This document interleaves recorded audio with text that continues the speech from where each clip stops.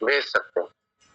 तो सत्संग के समय में उसको याद आने पर कही जा सकती है, और याद नहीं आए तो आप एक बार सत्संग में हाथ खड़ा कर देंगे तो मेरे समझ में आ सकती है, अच्छा इनका प्रश्न था। तो अब मैं देवकी जी को सुनाता हूँ, तो सनान जी महाराज की बातें सुनते हैं।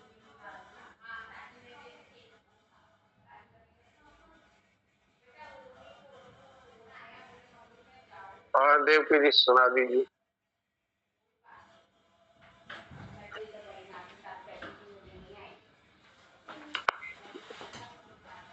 नारायण नारायण नारायण। नारायण नारायण। तीसरे नियम की बात हो रही थी, विचार का प्रयोग अपने पर और विश्वास का दूसरों पर, अर्थात न्याय अपने पर और प्रेम तथा क्षमा अन्य पर। जी।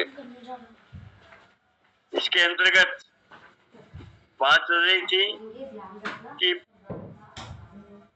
प्रत्येक दोष जनित सुख लोलुपता के आधार पर जीवित रहता है। बिल्कुल यही बात है। प्रत्येक दोष जनित सुख लोलुपता के आधार पर जीवित रहता है।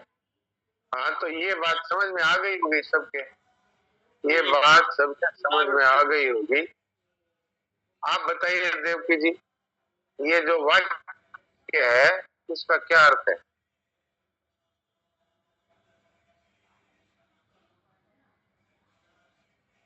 क्या ये जो वाक्य जो आपने बोला है, हाँ, इसका क्या अर्थ है?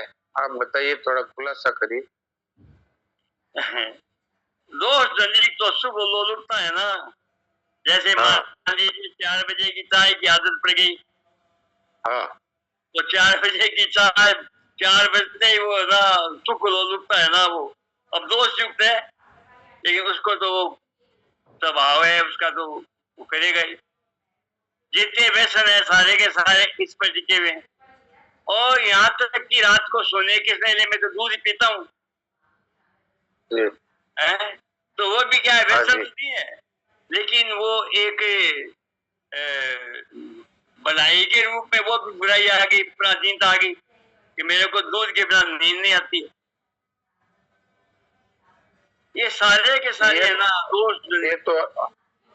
ये तो आपने बताया, लेकिन ये तो शारीरिक दृष्टि से बिना सुख लोलुपता के भी शरीर को ठीक रखने की दृष्टि से लिया जा सकता है, पर चाय की बात आपने कही वो ठीक बैठती है। इसके अलावा जितने पाप होते हैं ना, जितने भी दोष होते हैं, जितनी गलतियां होती है, वो गलतियां जो है वो होती है सुख लोलुपता के कारण।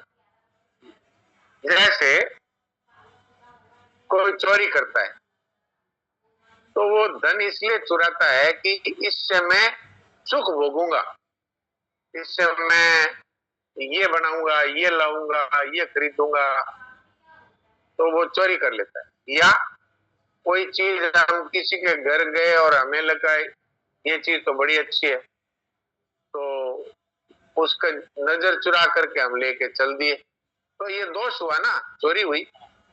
पर हुआ किस लिए?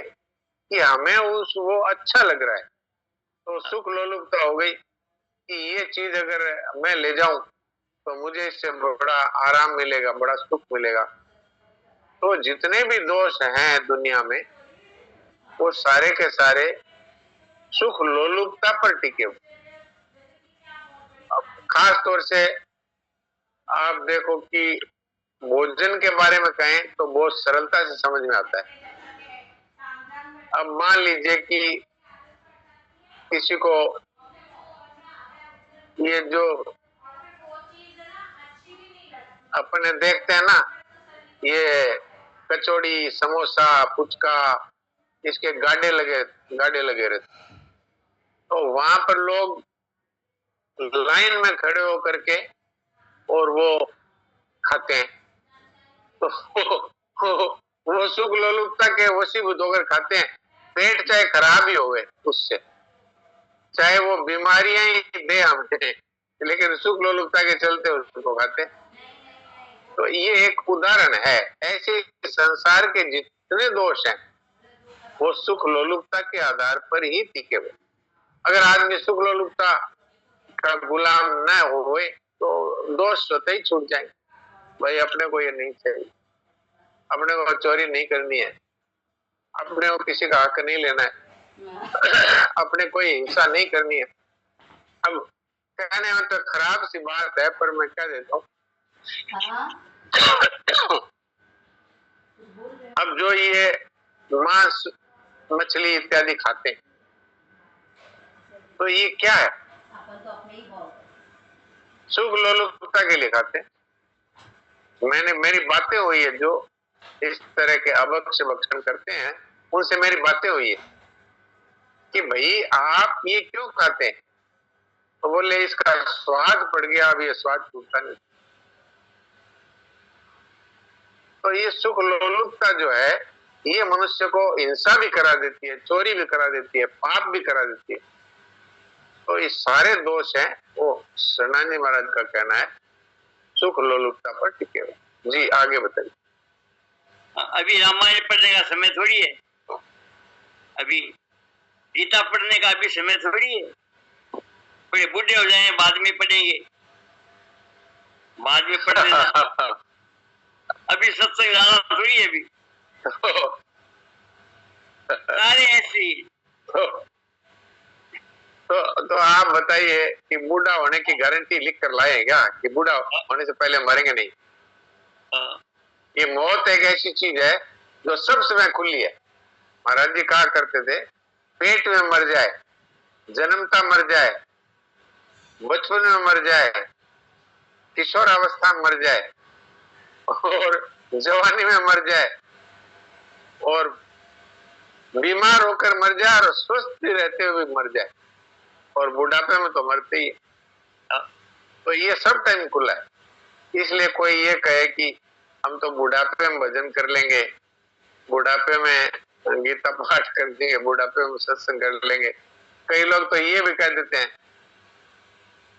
हम उनको कहते हैं चलो सत्संग में चलते हैं। बोले अभी सत्संग क्या करेंगे, वो तो बुढ़ापे में करेंगे, अब थे जाओ, मैं तो अभी काम में लाग रहा।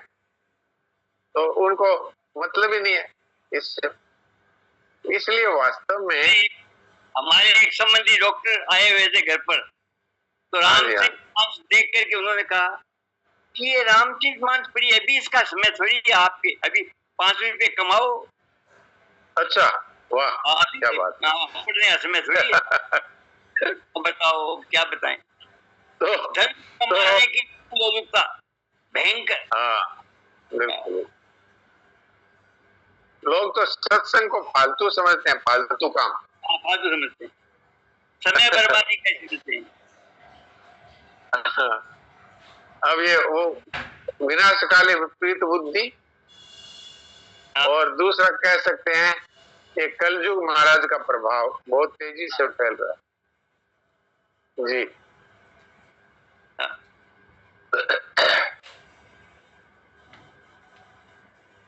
तो प्रत्येक दोष जनित सुख लोलुपता के आधार पर जीवित रहता है। अर्थात यूं कहो कि उसकी पुनरावृत्ति होती रहती है दोष की। दोष जनित वेदना में सुख लोलुपता का नाश निहित है। हाँ, अगर हमारे मन में ये दुख हो जाए कि ये दोष मेरे जीवन में नहीं रहना चाहिए, क्यों मेरे जीवन में ये दुख है, तो अगर हम वास्तव में दुखी हो जाते हैं ना, तो फिर वो दोष हमारे जीवन से चला जाता है। ये दुख होना, तो बात तो वही हो गई ना, सुख के लालच से पाप होते हैं। तो उसकी जगह दुख हो जाए कि ये मैंने गलती की, अब मैं नहीं करूंगा, ये मैंने गलती की, इसका मैं दंड भोगूंगा, मैं इसके लिए प्रायश्चित करूंगा और भगवान से प्रार्थना करे, हे महाराज फिर ये मेरे जीवन में ये दुख ना हो, ऐसी शक्ति दीजिए। और मन में हो जाए जबरदस्त दुख, फिर ये पाप मेरे से नहीं हो, तो ये इससे छूट जाते। प्रायश्चित का भी भोग होता है आजकल। अच्छा, जैसे मान लीजिए मैंने गलती कर दी कि आज मैं खाना नहीं खाऊंगा, तो घर वाले सारे कहते हैं कि अरे कैसे नहीं खाओगे, सब नौरा निकालते हैं, हम नहीं खाएंगे, वो कहेगा हम नहीं खाएंगे, बड़ी समस्या है। हाँ। ये प्रायश्चित कोई नहीं करता कि आज मैंने गलती की, आज मैं गीता का पाठ करूंगा। अगर गीता का पाठ का प्रायश्चित करे तो कौन कहेगा भी मत करो ना, सब करो।